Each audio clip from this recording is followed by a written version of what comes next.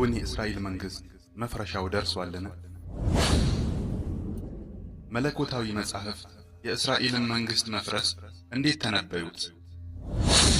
ይህንን አስመልክቶ የእስራኤል ትላልቅ ባለስልጣናት ምን እያሉ ነው? የአይሁድ እምነት ሊቃውንቶች የእስራኤልን ሀገር መስረታ ለምንድን ነው የሚቃወሙት?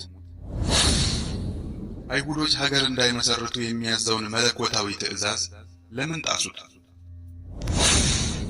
በ2027 ሀገረ መንግስቱ ይፈርሳል ተብሎ የሚተነበይለት ትንቢትስ መነሻው ምንድን ነው?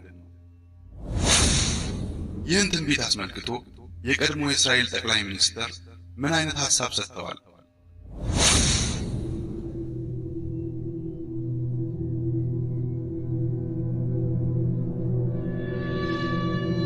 አላህ በቁርአኑ እንዲህ ይላል: